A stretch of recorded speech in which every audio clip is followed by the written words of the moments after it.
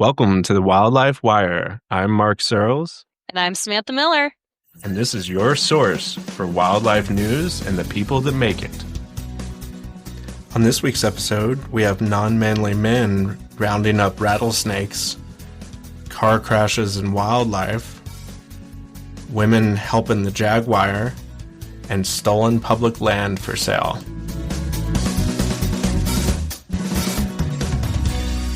You ever hear that song? I was born, born to be alive, I born don't to be alive. I don't recall that song. I don't know if our listeners want to hear you singing it Oh, either. it's good. It's real good. It's my motivation song when I really need to pep up. Who should be singing that song, Mark? All of our inhabitants of this beautiful world. Okay. All right. Whatever. How are you doing? I'm doing well. We had a big, crazy, contentious week up in Glenwood Springs, Colorado last week. Everything was going swimmingly until everything derailed, Yeah. and a policy-making body is now going to decide an operational decision.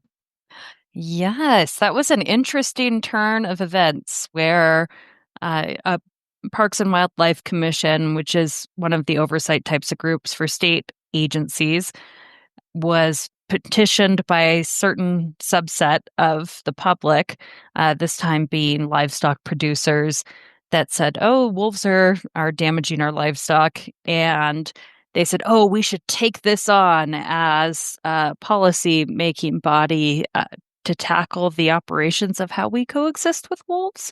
Um, it was a surprising turn of events. I hear they're having a special meeting soon, aren't they? Yeah, it hasn't been released yet. Sometime in the next couple of weeks, they will have a session to discuss this. And just to be clear, they didn't submit a petition, but they were very vocal and passionate about taking these wolves out. Uh, and they had a state senator there. They had a former legislator also give testimony. He was also a former wildlife uh, Department of Wildlife way back when, before they merged. He worked for them, and he said, "Take the wolves, the wolves. How do you say it? Wolves, Wolves. wolves. Take them out." And so, yeah, it was really bad. I kept having these Beauty and the Beast flashes Oh, of, you get did. Why? Why? A like guest get on? like get the pitchforks out and let's go after these animals. And it was kind of scary. Yeah, I think that people can get really wound up about wolves, and often it's Wolves. not wolves about wolves, and often it's more based on their emotionality and not the facts on the ground. The other side, though, too, is that for me and my value set, I see the story of this same group of wolves. So the wolves everyone or is upset about is that same family of wolves, the Copper Creek Pack, that was captured in outside of Walden in Grand County. They were held in captivity. The father died during the capture operations, allegedly from a gunshot wound that didn't quite heal. One pup was left behind on accident. We don't really know the fate of that pup. And the family was re released into Pitkin County after the pups were a little older. Which is near Aspen, for those not familiar with Colorado. Correct. Near Aspen. If you've watched Dumb and Dumber, you know where that is. And Nice Hooters. yeah, the owls are beautiful. Uh, so the wolves are there and they're suspected to have a new den in that area. So this is really a story of resilience and triumph from my point of view of one family, one wolf mother now finding love again, raising her pups again, and still making a go at living her life in Colorado. And yet we continue to have problems raising farmed animals alongside this particular family of wolves. And I think it's a complex problem that mostly stems from humans. Like I blame us mostly for this problem. And I'm hopeful we can find some good solutions, but I don't envy the position of Colorado Parks and Wildlife trying to deal with this right now because there are a lot of personalities involved and a lot of personalities of wolves involved too. Different wolves, different people. And I'm hopeful that we can figure out how to learn to live with this pack, even though Colorado Parks and Wildlife did, in fact, kill one of the older pups after some of the predations near Aspen. Yeah, and it is a heroic story of that mom and her family. Beyond wolves, beyond stories, to me, this isn't the biggest issue here is I don't want to see our state agency and the commission who makes policy. I don't want it to end up like the blurred lines that have now been drawn in Washington D.C., where there are different entities, different branches that have different responsibilities, and a policy-making commission should not interfere with operations. That's it. I don't care what the subject is. Like it comes to that. So hopefully they don't set a wild precedent to start then. Who knows what happens down the road when a commission wants an operational decision to be made one way or another. Then they know that they have precedent. They can put their finger on the scale, call a special session, and make operational decisions that way. So yeah, it's a really messy situation. Yes, it is. And I did, before we get into your messy situation, which I know is a news story, I did want to mention in my newsland too, as far as actual petitions go, Oh I yeah, did a thing today, Mark. you did. I Can I tell you something what? before you tell what it is?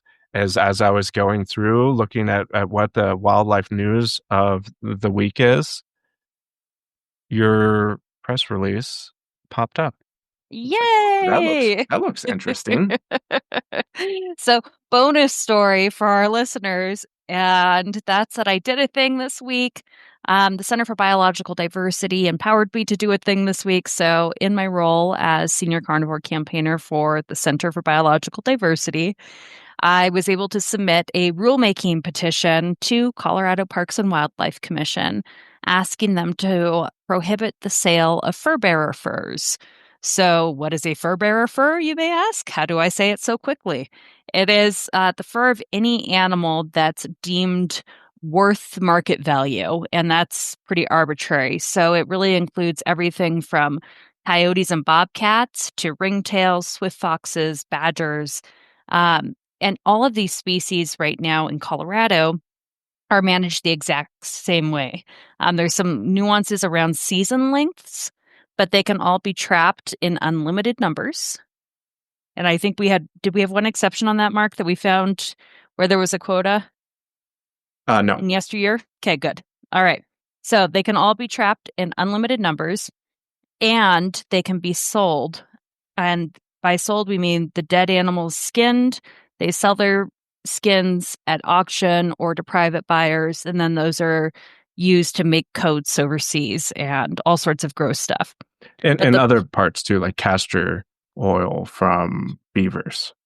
yes, so the real issue is that when you have a set of animals that are all being allowed to be trapped in unlimited numbers, so there's no regulations on how many you kill, and you allow those animals' parts to be sold, then the market is driving how you're managing wildlife, which is really dangerous and has contributed to historic extinctions like we talked about with Dan Flores. So that's the big concern for me is let's take that market piece off the table and then let's let's go through this fur bearer stakeholder working group and see what other mechanisms need to be in place to sustainably manage these animals. But we should not be selling parts of these animals for any reason. We did leave intact exemptions for hand-tied fishing flies and then for Western felted hats, which we deemed as recreational and cultural purposes. And then, of course, indigenous uses are exempt as well. So that's what I did today. I am hopeful we'll see this go before the commission, and we really have eliminated these types of markets for other species. And animals like foxes should also enjoy those same benefits that other species do. So there you go. There's my thing. I did a thing.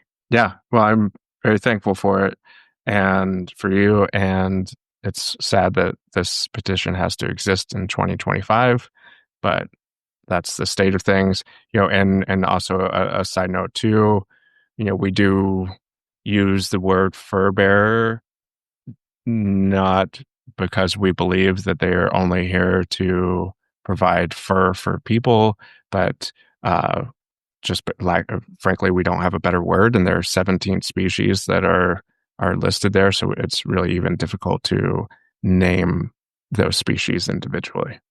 Right. They should really be mammals of different types or small mammals. But right now we use fur bear, and I say it with air quotes, which often people cannot see because we are I on a see them. podcast. Do you see I them? see you, and I recognize your air quotes. Thank you.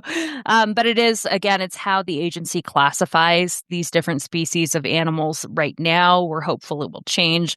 So when I say fur bearers, just know that I'm saying fur bearers because it is a classification in the state, not because I believe they're only valuable for their fur. Yeah. Yeah. Because there is no unifying trait between these species to call them a different name, because they've literally been put together because these are animals that people like to kill to sell their fur. So we have bobcats and then beaver. How do you get bobcat and beaver under the same umbrella as a fox and a ringtail and a marten? Like it's a, a not good classification. I was going to curse for the first time on Wildlife Wire, and I held it back. We would have to make it explicit then, Mark. So I'm glad you held it back. And we can say, oh crud, can't believe they've Gee called it fur willikers. bearers. Um, so yes, that's what I'm hoping will change. And I know that your news stories also talk about things we hope will change. Yeah, yeah. I mean, this is along those lines of why are we doing these things? And so this story comes out of Morris, Pennsylvania. And in Morris, they just finished the annual Rattlesnake Roundup, which is a weekend event, 70th year there. 56 hunters came and they caught 15 snakes. When I did read 15, I was kind of thankful because some of these, the ones in Texas, they're catching hundreds of rattlesnakes. So I'm glad that these 56 hunters came away mostly empty-handed. It's funny. So they win a prize for the longest snake that was 56 inches, and they were like, "Oh, no hunters were bitten." It's like, honestly, if you're out going for rattlesnakes to win a prize, I don't really care if you get bitten or not. Like, you're literally going after a venomous snake that has a rattle that says, "Please don't come next to me." I find that I'm going to go off on my rattlesnake tangent rant here. I'm ready. Rattlesnakes, I find, are the most polite of all of our venomous snakes in North America. Like, they literally have part of their body to warn you, "Hey, I'm over here. Please don't mess with. I don't want to bite you. I don't want you in my life. I just want to be a rattlesnake. Go over there." Right. And yet, because they're a snake, which has all kind of negative connotations from society and literature and all the things and movies, they're villainized, and as seen as no good to have on the landscape. And these, I mean, this is exactly the same as other wildlife killing contests, coyote killing contests, and all that. And like, why this is a positive news story, like this is covered as a good thing. Oh, You know, okay. it's like, What's hey, the myth? What's the myth surrounding this? What favor are they doing us by well, killing all these snakes? none. None. Okay, Giving good. us more I rodents. I guess I was curious what the purported service is they're doing by killing all these snakes. Yeah, well, they don't go into it. What they do say is uh, there was a gentleman, Dennis Williams, that was quoted. It's nice to have little kids put smiles on their faces.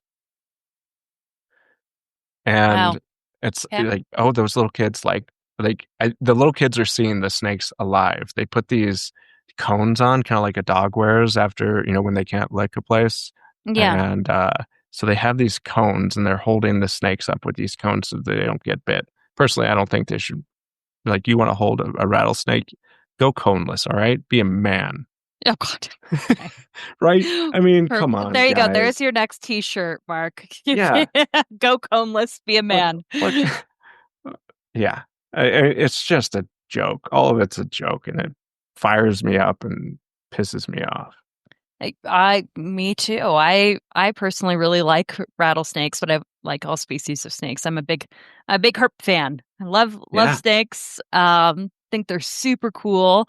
Like to share them with my son. If we see them on a trail, I'll usually pick them up and we'll talk about what species of snake it is, and then I will remove it from the trail and put it back in the wild. I've moved rattlesnakes before. I usually will move them if they're in the Did you road. I put a move cone them. on them? No, I didn't. I did not. No, I because you're gently a picked real them. man. I am a real man. I I gently pick them up with a horse rake, and move them, and so they don't get run over or cause any damage to my animals. But I I sympathize with them, and I think it's terrible. I there's nothing masculine nor brave about killing animals just for fun. I don't No, get it. it's because you're afraid. Yeah. Yeah, that's Yeah. it. Okay. Well, that's where I'm at. There you go. We both hate rattlesnake roundups. What else do we dislike? Um, Car crashes? I That's true. I also dislike car crashes. Yes. Yeah, so this one is out of Colorado. More than 3,500 crashes in Colorado caused by wildlife. Technically caused by the car. I think that's how that Wow. works. That hit Okay. wildlife, right? Right. In 2024 alone, and the animals were killed in most cases. So troopers investigated 3,573 crashes and said that 96% of the crashes caused property damage only to the driver, but in most cases, the wildlife didn't survive. The biggest area, or the area that has the most crashes, is I-70. As you're coming off of the Front Range up Lookout Mountain, which is like Yeah. right as you start climbing. If you ever went skiing here, and the road starts going up, that's where you are. And so, like that area from Lookout into Evergreen, which is just a few miles farther down the road there. And I know that there's been work done recently to implement some wildlife crossings in that area. But their advice was, in that situation on a highway where there's lots of traffic, if there is an animal in front of you, you got to hit the animal, because if you swerve, you're going to cause a major crash, and then the animal's probably going to get hit also. So, Yeah. uh, unfortunately, I think that's pretty sage advice to hit the animal there. What happens is, financially though, is that insurance companies um, spend about $1.1 billion a year in claims for wildlife collisions. And to me, it goes back to, again, like $1 billion a year. You could spend that money to the insurance companies could come together and put in wildlife crossings every year, $1 billion worth of wildlife crossings. And in a few years, you're going to drastically reduce those claims and save yourselves money. So why not be proactive about it? I know that they're like, well, the Department of Transportation should handle that. It's like, no, but you're the ones paying the money. You handle it. You take care of it. And then the other piece that's interesting too is that, like, think about the person who maybe has liability only, and that car is their ability to get to and from work. And so, I mean, that hitting that deer or elk or whatever it may be could drastically hamper their ability to make money. And then compare that to like how state agencies will compensate for a cow or a sheep that is killed by a carnivore. And so it's like, well, why do we give money to one group of people that suffered a loss from wildlife, but not another? Well, and also we give producers money just for elk and deer grazing on their lands too. So let's not forget that little side. And the $1.50 or $1.35 a month they spend for public land grazing per cow calf pair. Right. Look, Mark, the moral of the story is you're not worthy of their compensation. And that's it. You don't get any of their compensation. Only a certain set of special kids do, and you're not one of them. But I hope I never actually want that money, because I don't want to hit an animal. I hit a bird when I was 16. I'm sorry. And I still have, every once in a while I'm driving and I have a flashback about that bird that flew it. I mean, the bird flew right in front of me. I had no chance. The bird haunts you. I feel so bad about it. What kind of bird was it? I don't know. It was very fast, and then very exploded. Flat. Yeah. Okay. I will not laugh at that tragedy. I will move us forward to other tragedies if you want to talk about those. Thanks. Yeah, I feel like I'm ranting a little bit this morning, but that's all right. It's okay. It's a mood today. I'm going to let you be the one who rants. I haven't gotten on my soapbox once yet. Well, I did kind of get on my soapbox. I take it back. It's a soapboxy kind of day for us. So here we are to talk more about what's wrong. But I will end with what's right. So my first news story is a big one, and it's big in that it consists of 120 million acres of public lands. And this acreage consists of Forest Service land, Bureau of Land Management lands, wilderness study areas, all sorts of different, unique, special pieces of land across the country. They are going up for sale, maybe, if the Senate reconciliation budget moves forward as is. So right now, this bill forces the arbitrary sale of at least 2 million acres of Forest Service and Bureau of Land Management lands in 11 Western states over the next 5 years, and it gives the Secretaries of Interior and Agriculture broad discretion to choose which places should be sold off, which is a huge, huge problem. This is just weeks after bipartisan outrage over land sell-off text threatened passage of the House bill. That provision was ultimately removed from the House bill and should be removed from the Senate bill. Absolutely. The website I'll link to is through the Wilderness Society, and it puts a map of all of the lands that are available for sale.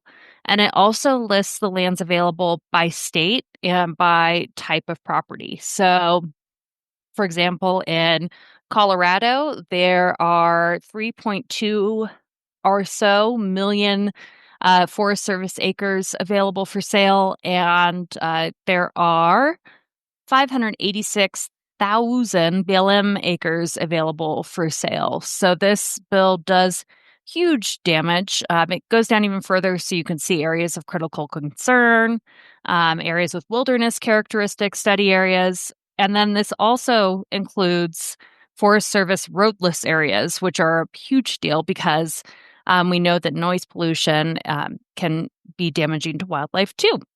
So this administration never ceases to amaze me with how far they will go to destroy the environment. But they are taking a step further, and we're hopeful this will get removed from the Senate reconciliation budget.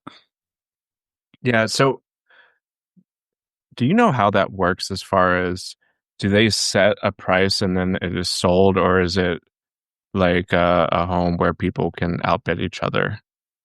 I believe that you can bid right now. What it says within this article is that the bill sets up relatively under resourced state and local governments to lose open bidding wars to well heeled commercial interests. So Okay, that that was my means, next question. so, and it also doesn't give any sovereign tribal nations the right of first refusal to bid on lands, even for areas that are part of their traditional homelands. So it's just a huge mess only designed to benefit private businesses and commercial interests and provides nothing as far as housing or other problems that folks of today are facing. No, I have a bill proposal. Uh, So, okay. I feel like you're feisty today, so I'm ready to hear it. What how is it? about how about a bill comes up that if the federal government tries to sell public lands that was once tribal homeland, that they're not able to profit off of it, that they would either not be able to sell it or they must return it to those tribes.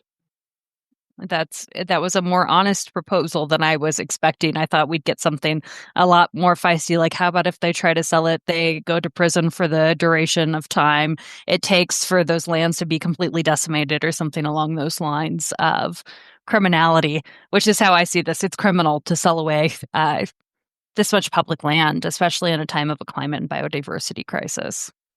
Yeah. Yeah. If you don't want the land, give it back to the tribes. Or to me, I'll take it too, you know. I'm here. I'm here for Give it it. back I to will the take tribes. Yes, tribes first, but if they also don't want it, can it go to our land We trust, Mark? we'll put an asterisk in there. Then tribes don't want it. Sam can have it Thank you. and do what Thank she you. wishes. And then if I don't want it, you can have it. Oh, thanks. Wow. We really share well. Uh so we'll link that. You can look up your state and you can also see what they're looking at selling off to the highest bidder in your area and be as disgusted as Mark and I are about this nonsense. Yeah, yeah. Think about again with the tribes though. It's like you're seeing the land that you occupied taken from you and then sold to other people, so the people that took it from you can profit off of it. Yeah, That's insane. it's insanity. You want to hear something nice now? Because I know we've been going over a lot of insane things that are happening in the world, but there are still really good things happening in the world. Do you want to know what I'm talking about? You're waiting. You Is it don't. puppies? It's not puppies. There's puppy mills everywhere, Mark. Puppies are suffering too. Okay. It's jaguars. Yeah, they're not doing well. You know, they came out with an SUV to try to Hmm. bolster sales, but yeah, it's Uh-huh. just a struggling Gosh, company. okay, we're gonna go into cars now. No, no one on the Wildlife Wire wants to hear about cars. They want to hear about cats. They want to Ah, hear about big cats. And they want to hear about jaguars. So are you ready to hear about jaguars? I am. Okay. So my last article is one just about jaguar recovery. And it's about a really cool partnership between Brazil and Argentina for jaguar conservation. And the jaguar numbers now across this border have more than doubled since 2010, thanks to the coordinated efforts. And this border area is called the Atlantic Forest Green Corridor. Hmm. And the cool part, in addition to the jaguar recovery, is that it's been women-led economic and conservation initiatives that has really pushed this restoration effort forward. They've provided Jaguar-friendly certification for local businesses, including the local airport. And they've also done that in a way to strengthen human-wildlife corridors. There's a women's artisan collective where they create different Jaguar crafts and arts to sell to tourists. And they are really promoting the importance of jaguars across the landscape, not only to tourism, but also through coexistence measures with farming communities. So there's actually a woman-led conservation and coexistence measure that will respond to any concerns about jaguars around farmed animals, and they will show up at any hour of the day. The woman in the story was talking about showing up at midnight sometimes because someone was afraid they had a jaguar on their property, and they respond with non-lethal coexistence measures and assist folks in living with jaguars. So it's a really cool story about restoration and what happens when women rule the world, I think. And what a great job women do.